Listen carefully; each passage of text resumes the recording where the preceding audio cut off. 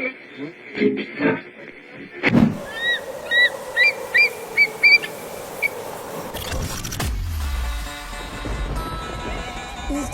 umaphiko ombhula amaphiko kwaye kwaphephezela omiyane inyoni nobuciko nomnyunyiyo edweleni isivinini emafini ingoma emnandi yayahlukanisa inyaka omusha omdala inyoni enezigidigidi zabalandeli abayilandelayo zamemeza sezidololozela sathi siyayazi le nyoni yayikulelo khokho bethu abanye abathule isibongo sokhozi FM sisibhalelwe isidadada sothu ukhozi FM luhamba phambili.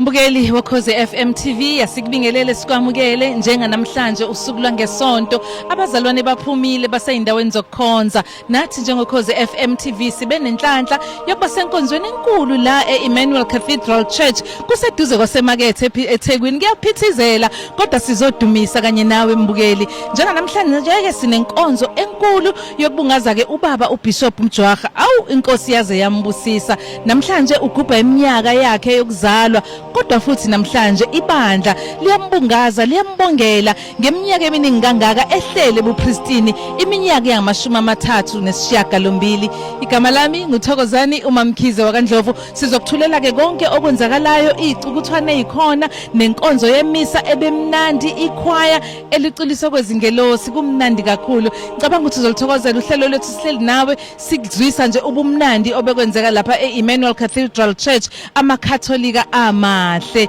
bathi makadunyiswe uJesu Kristu kuze kube phakade amen.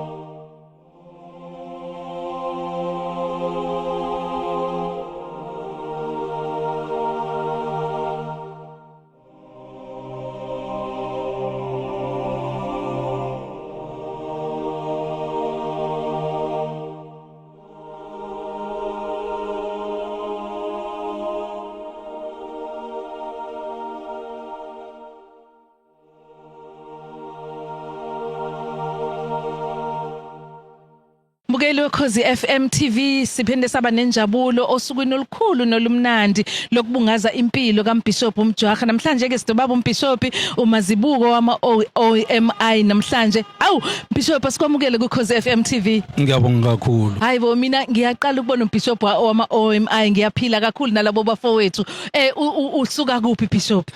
Ngokuzalwa ngizalwa Escort Eloscope kwaVala.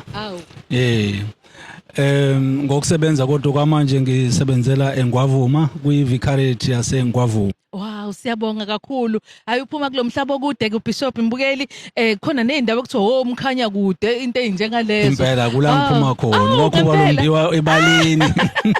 Siyabonga kakhulu Bishop besifisa nje ukuthola umyalezo wakho namhlanje kubaba uMjwara ukumhalalisela kanye nebandla lonke lamakatholika. Ubaba uJoha simfisela konke okuhle kulomsebenzi anikezwe wona wokhola ibandla lala kwi-Archdiocese yaseThekwini. Siyazi futhi ukuthi ubambe iqhaza elikhulu eindaweni eziningi noma ebuholini obuningi kwi-Bishop Conference yethu yase South Africa, kanti futhi ungophethe i-Metro province yebandla lethu la njengoba umholi we-Archdiocese.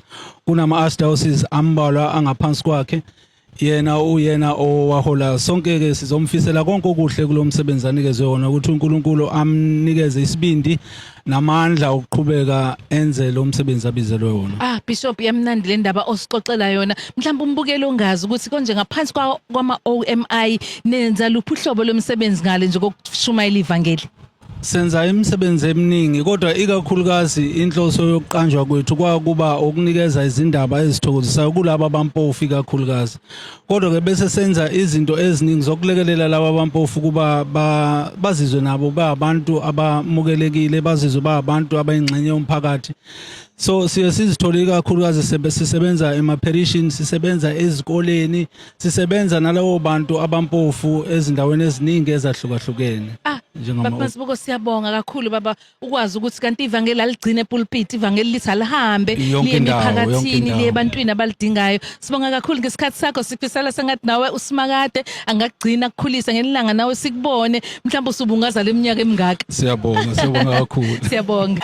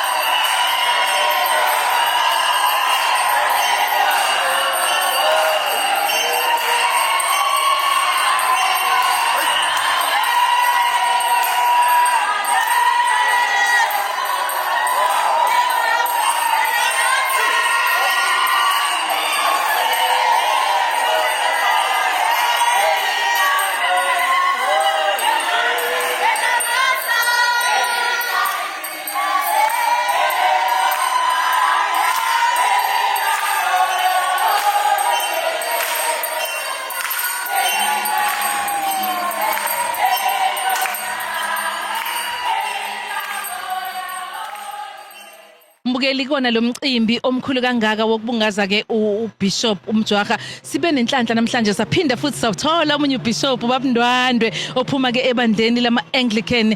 Babundwandwe sikwamukele namhlanje kuKhosi FM TV. Ngithokoza kakhulu.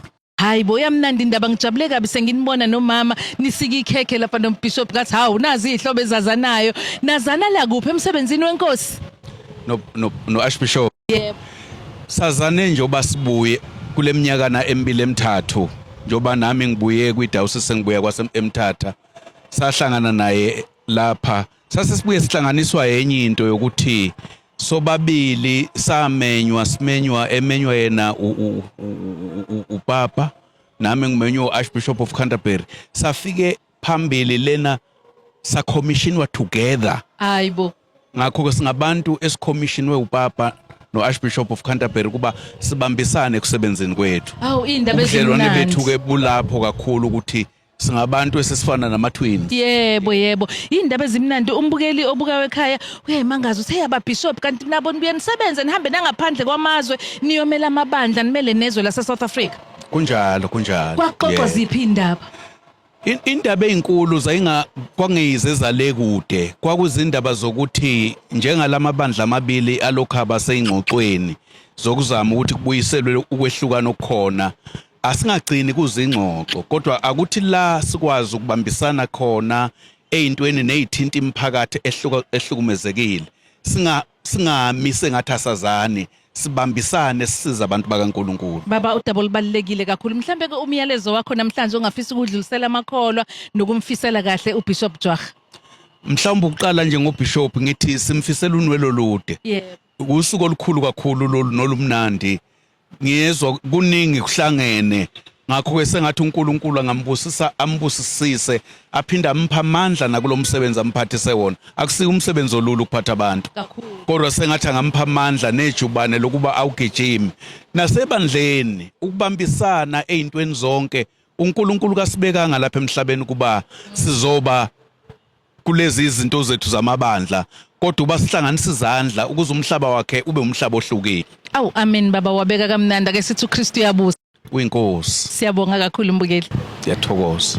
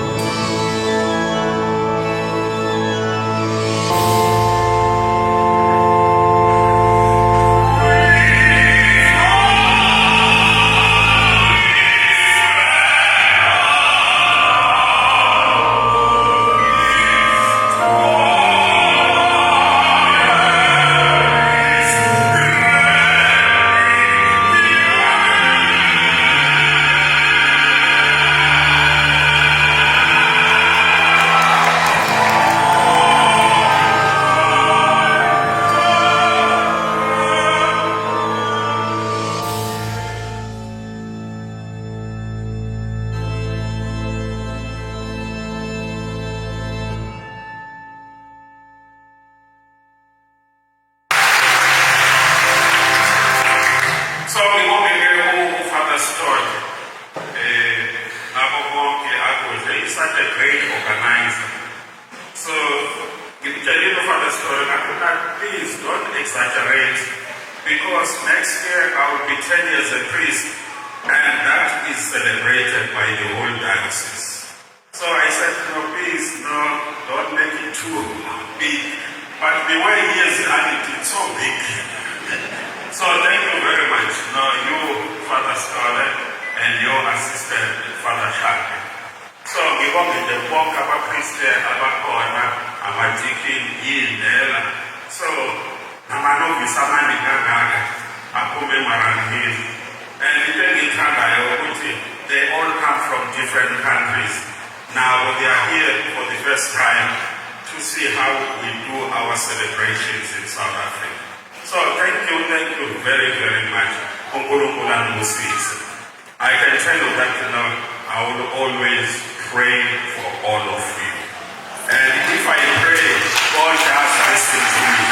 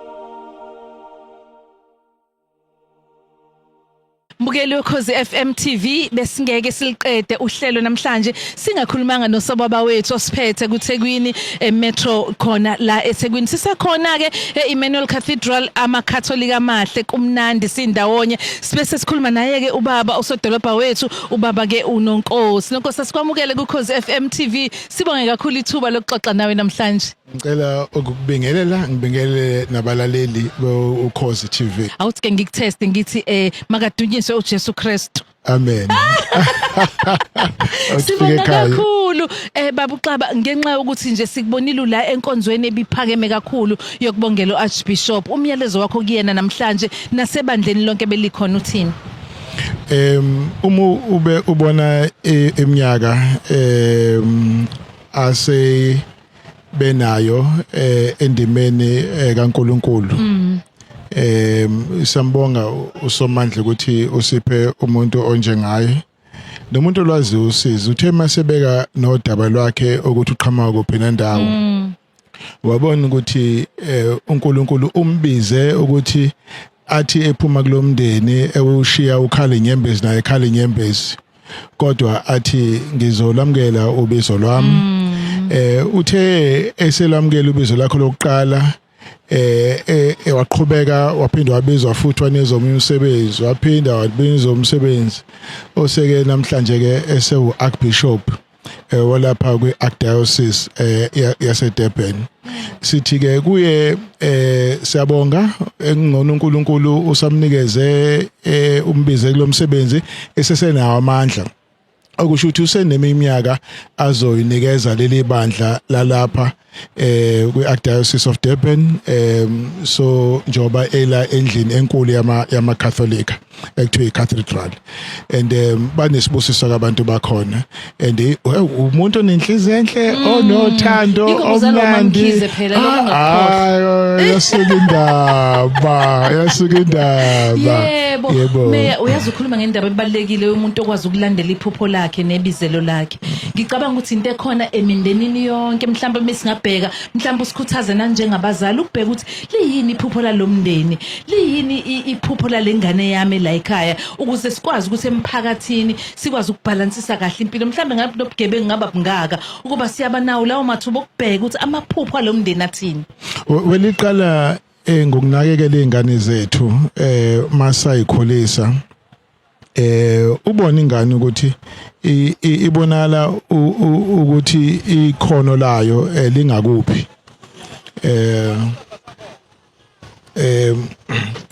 ikuphi ekhombisa ukuthi ingakwenza noma ingaba ikona emphakathini then ilekelelwe umntwana bagadwe kahle abantwana. Siyazi ke abantwana ukuthi uma sebengenile esikoleni bake bafuna indlela ezimfishane and le ndlela emfishane akuyona le ezokusa empumelelweni kodwa ilende ekuyona ebonakala less traveled ekuyona ezokubeka ekuphumeleleni iloko nginga-advise abantwana bakithi kakhulu Nonkosi yazi asesivala lento oyikhulumayo ingikhumbuza ukuthi abanye abantwana bami babekhuluma ukuthi hey la ekhaya ungahlali nje ekhaya noma usuqedile ukubhala uma wevela abuza ukuthi sekukhiwe nesikoleni ngoba uhlalelene ekhaya noma beseqedile ukubhala uhlalela ukuthi uzoplana ukwenzani njengobula. Ngakho njengabazali siyacabanga ukuthi uyasi-challenge ukuthi ake sibambe iqine nathi emakhaya noma sibanakekela kahle kodwa futhi siphinde siubeke umthetho emakhaya. Sibonge kakhulu ngesikhathi sakho sikufisela konke okuhle nakulonyaka. Ngibonga kakhulu ngibongela uKhozi liphinde bindizele phezulu njengokujwayelekile. Ngiyalalela ngiyalithanda futhi liyabathanda abantu bakwaZulu-Natal sabonga. Siyabonga kakhulu. Mbukeli wokhozi FM TV khona la Emmanuel Cathedral la eThekwini umcimbi omuhle kakhulu wokubungaza impilo nomsebenzi kaBishop Jwagha. Namhlanje ke sibe nenhlanhla sabusiseka sibona umama wethu ekade samgcina nakulona uKhozi FM umama ke uphumzile Mlambo Ngcukwa njengoba simbona sizokhuluma naye sithi ke makadunyiswe uJesu Kristu. Amen. kuze kube phakade. Amen. Siyabonga kakhulu Mamphumzile. Siyakwamukela kuKhosi FM TV. Ngiyazi ukuthi ubukukhulume kakhulu no Lady D nangale yaminyaka nisabumba nenza konke okuhle emkhakheni yokuthuthukisa abantu besifazane. Kodwa ke namhlanje sizokhuluma ngomcimbi omuhle kangaka. Ngifisa nje umyalezo wakho kuyena ubaba uBishop nakulona ibandla lonke lamaKatholika. Well, ngifuna ukuqala ngithi congratulations ku-Archbishop. Ngibonge ukuthi wakhetha le ndlela ahamba ngayo yokufundisa. Ngoba wayengaba i-academic, wayengaba umculo, wayengaba umdlalo webhola, kodwa wakhetha thina akhonza inkosi. So siyabonga kakhulu umsebenzi wakhe wokunceda inhliziyo zethu. Ngithi ke akakathathe nje a few days akakajabule. Aphumule. Enze nje into ayithandayo, abone nama friends nama relatives. He has worked very hard and he's still going to work very hard. Kakhulu. So it's good just to take some time and just rest. Mamphumzile ngeke ngikudedele singadlulanga nje sisike lijikayo. Dadewethu kunenkinga yo gender based violence, abantu besifazana abancane bayabulawa. Nkosi yami uthini umyalezo wakho? Mhlawumbe ukhuluma nanathi njengomama ukuthi asihlale phansi namadodakazi ethu singagcini ngokuthetha. Sikhuluma sesithetha kodwa kukhona ama discussions ekufanele enzeke emindenini yethu ukuze abantu bencane abasifazana abancane sibaqwashise. Ngifuna ukukhuluma nobaba. Okay. Nabafana nobhuti ngoba yibo laba benza lento la. Yibo abantu abane problem. If it was not for their actions, if there wasn't a perpetrator, there was not be a victim. Qinisile. So ngifuna bake bakhulume bona bodwa. Badonsane ngobubi balento esiyibonayo. Bakhuzane. Balulekane. Bazame ukuthi bathi not in our name. Omunye if each man can say ayizokwenzeka lento, the problem is over. Because we only have this problem just because we have men. Kakhulu. Because we cannot say, some say for instance I'm provoked, etc. Move away from the provocation if we are being provoked. So mina nje elami lizwi liya kubo ukuthi siyanicela kake nizame ni iphele yonke lento. Siyabonga kakhulu mama ngesikhathi sakho, sikufisela ke konke okuhle nawe nakuwona lo nyaka ka2025. Siyabonga.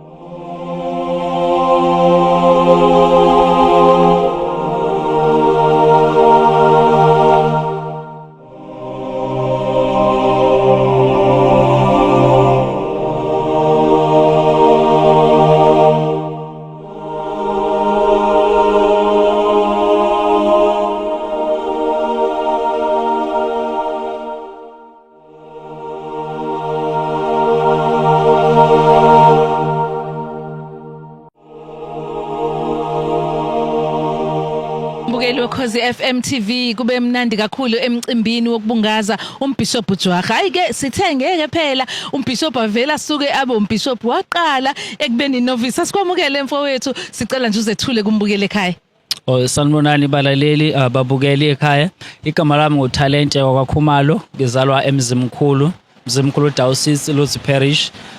Ngise Marian Hill, where I'm doing my first studies at Marian Hill, Congregation of Marian Hill Missionaries. Oh okay, wemntungu he. Awungixoxeleke mangabe ukhula ubuvela ufisa nje ukuthi ungene kulomkhakha wokuzoshumayela izwi lenkosi.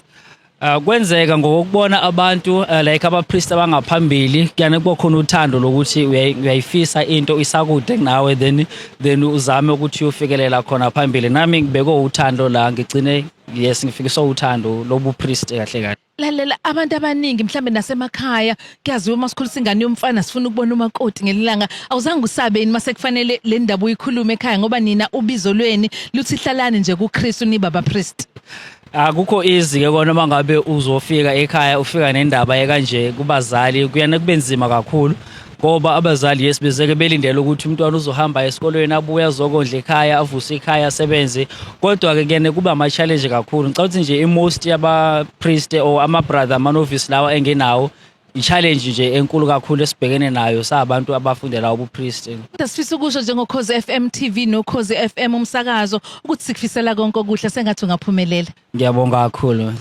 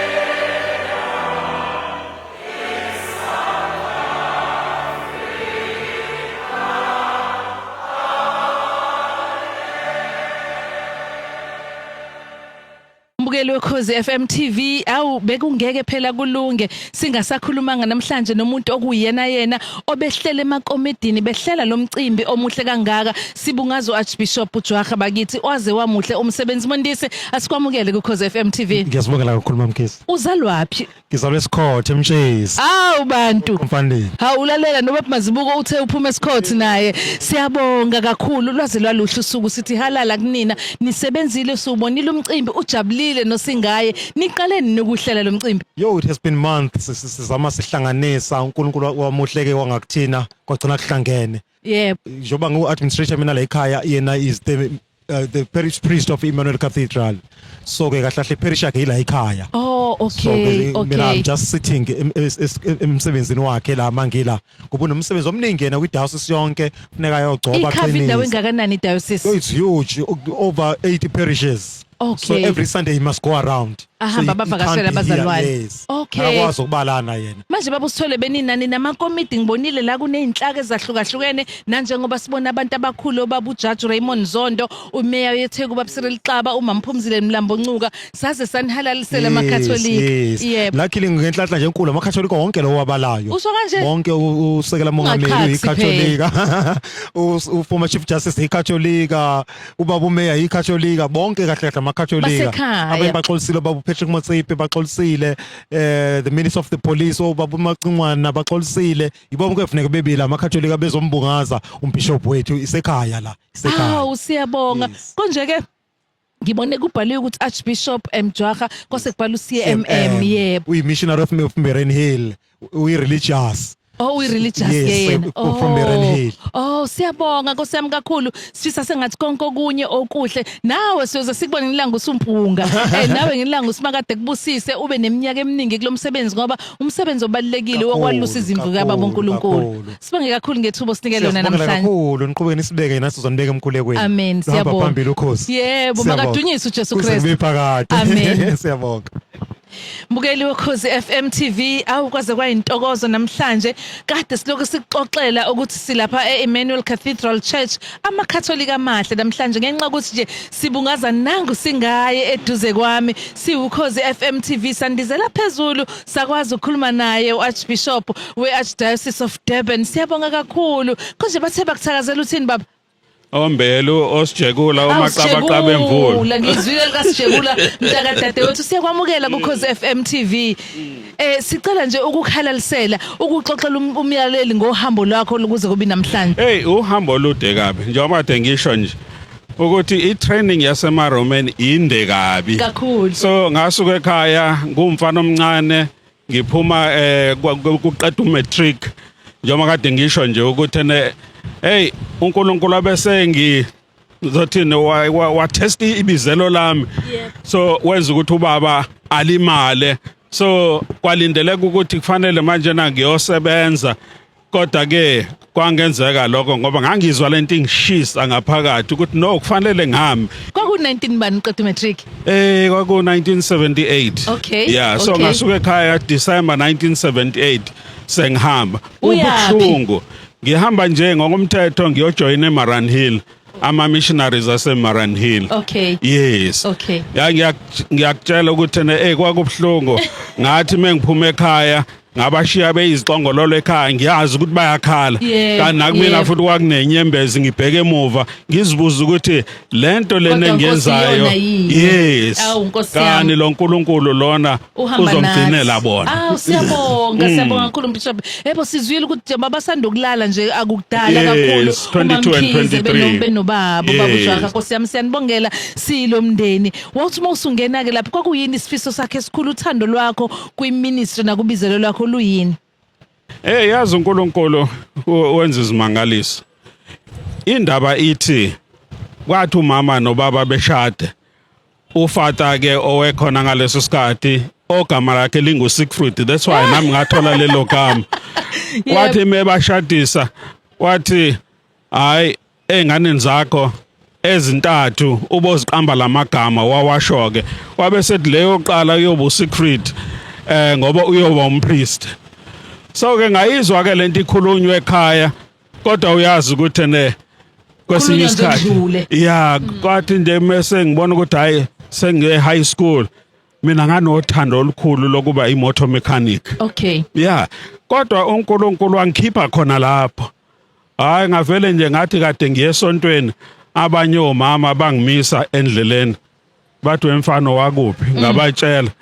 Bathi kodwa ungesize usiqhubela inkonzo ngoba asinamfundisi la asinamshumayeli ngumfana wesikole ngifunda emahlongo ehluza ingqondo. Ngiyabona ehluza ingqondo. So ke ngaqala ukwenza inkonzo kwaqala lapho ke labuya lela gama lika Father Siegfried ukuthi ngiyoba umpriest.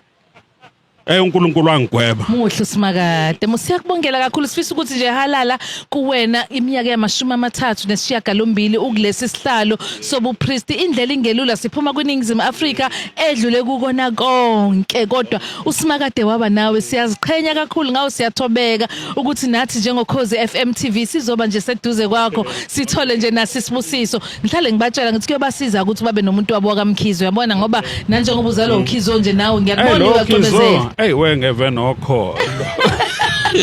Waqhuquzela kakhulu. Wengeve nokholo. Ingawo kade ngisho nje ukuthi ngathi ngisebenza eRome ngathola leyo phone call. Ingane ngitshela nje ukuthi uthi ukhula ngitshela ukuthi uyakuthandazela zonke izinsuku. Bakithi. Sasibonga kakhulu Archbishop ngesikhathi sakho sikufisele konke okuhle uSimakade akubekele kona endleleni yakho. Siyathemba nangelinye ilanga sokwazi ukuphinde sixoxe. Sixoxe kahle uhamba usihleli phansi. Okay ngiyabonga mzala wami. Siyabonga kakhulu.